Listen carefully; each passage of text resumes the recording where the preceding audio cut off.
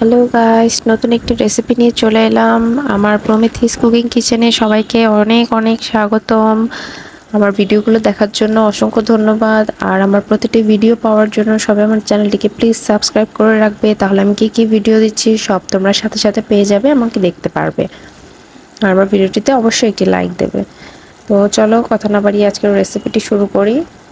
আজকে আমি রান্না করেছিলাম শিং মাছ বা জিওল মাছের ভুনা, যেটা খেতে খুবই টেস্টি আর খুবই ইয়াম্মি লাগে গরম ভাতের সাথে। তাহলে চলো কথা না বাড়িয়ে রেসিপিটা শুরু করি। তো এখানে টাটকা টাটকা জিও মাছ বা শিং মাছটা সকালেই আনা হয়েছিল। তো আনার পর আমার শাশুড়ি মা কেটে দিয়েছিল। তারপর এগুলোকে আমার শাশুড়ি মাই ভালো করে ধুয়ে ধুয়ে দিয়েছে। তো তারপর এখানে আমি আলু কেটে নিয়েছিলাম আর পেঁয়াজ কেটে নিয়েছিলাম। পেঁয়াজ তোমরা আরও বেশি নিতে পারো, নিলে আর কি ডিম ভুনাটা আরও বেশি টেস্টি হয়। তো যাই হোক কথা না বাড়াই, এরপর আমি প্যানে গরম করে নিয়েছিলাম সরিষার তেল। গরম করে মাছগুলোকে আমি ভেজে নেব।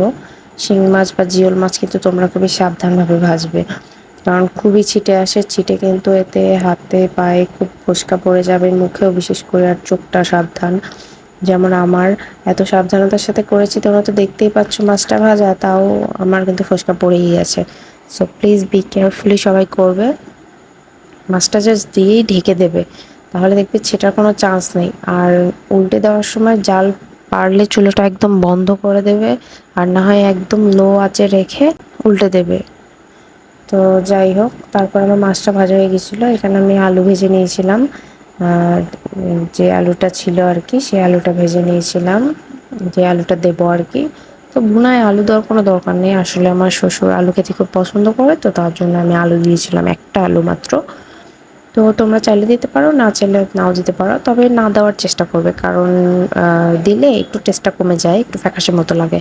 আর আলুটা না দিলে রিয়েল টেস্টটা আসে ভুনার। তো তারপর আমি এখানে পেঁয়াজ দিয়ে দিয়েছিলাম, পেঁয়াজটাকে ভেজে ভেজে নিচ্ছিলাম। বেশি বেরেস্তা করার কোনো দরকার নেই, নর্মালভাবে জাস্ট একটু ব্রাউনিশভাবে ভেজে নেবে।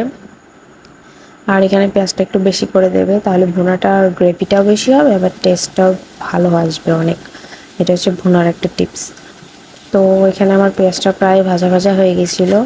তারপর এখানে আমি লবণ দিয়ে দিয়েছি, হলুদ দিয়ে দিয়েছি, আর শুকনো মরিচের গুঁড়া দিয়ে দিয়েছি, এটা সুন্দর একটা কালার আসার জন্য। তো তোমরা লবণটা পরিমাণ মতো দেবে, আর অবশ্যই কিন্তু লবণটা অল্প করে দেবে, যেহেতু ভুনা অল্প হবে। তো লবণটা যেন বেশি না হয়ে যায়, সেই বুঝে তোমরা লবণটা প্রথমেই অল্প করে দেবে। তারপর আমি এখানে কাঁচামরিচ দিয়ে দিয়েছিলাম, তোমরা অবশ্যই এখানে কাঁচামরিচ দিও, কাঁচামরিচের ফ্লেভারটা ভুনাতে অবশ্যই ভালো লাগে খুব। আমাদের এখানে ঝালটা বেশি খাই, তো আমি একটু বেশি করে ঝালটা দিয়েছি, তোমরা তোমাদের পরিমাণ মতো অবশ্যই দেবে। তো এখানে আমার মশলাটাও কষানো হয়ে গেছিলো, পেঁয়াজটাও ভালো করে ভাজা হয়ে গেছিলো, তাই আমি জলটা দিয়ে দিয়েছি, নর্মাল জল দিয়েছি। তোমরা অবশ্যই এখানে গরম জল ব্যবহার করবে। তো তারপর এখানে মাছগুলো দিয়ে দিয়েছিলাম, মাছগুলো দিয়ে এটা জাস্ট আমি একদম লো আছে দমে বসিয়ে রাখবো ঢেকে, তাহলে দেখবি রিয়েল টেস্টটা বেরোবে। আর এখানে একটা টিপস শেয়ার করি, এই যখন মাছটা দিলে তার সাথে কয়েকটা কাঁচা পেঁয়াজ এর মধ্যে দিয়ে দু তিনটার মতো কাঁচা পেঁয়াজ কেটে এখানে ঢেকে একসাথে দমে বসিয়ে রাখবে, দেখবে অসাধারণ একটা ফ্লেভার হবে, অসাধারণ একটা টেস্ট হবে। মাছ ভুনার যে রিয়েল টেস্ট, সে রিয়েল টেস্টটা পাবে। আর আরেকটা কথা, মাছ ভুনায় কখনোই তোমরা রসুন বা জিরা বাটা বা জিরা গুঁড়া এসব কখনোই দেবে না। হ্যাঁ, অনেকে দেয়, আমিও জানি, আমার শ্বশুরবাড়িতেও দেয় অনেকে, কিন্তু এটা দিলে আসলে মাছ ভুনার যে রিয়েল টেস্টটা সেটা পাওয়াই যায় না।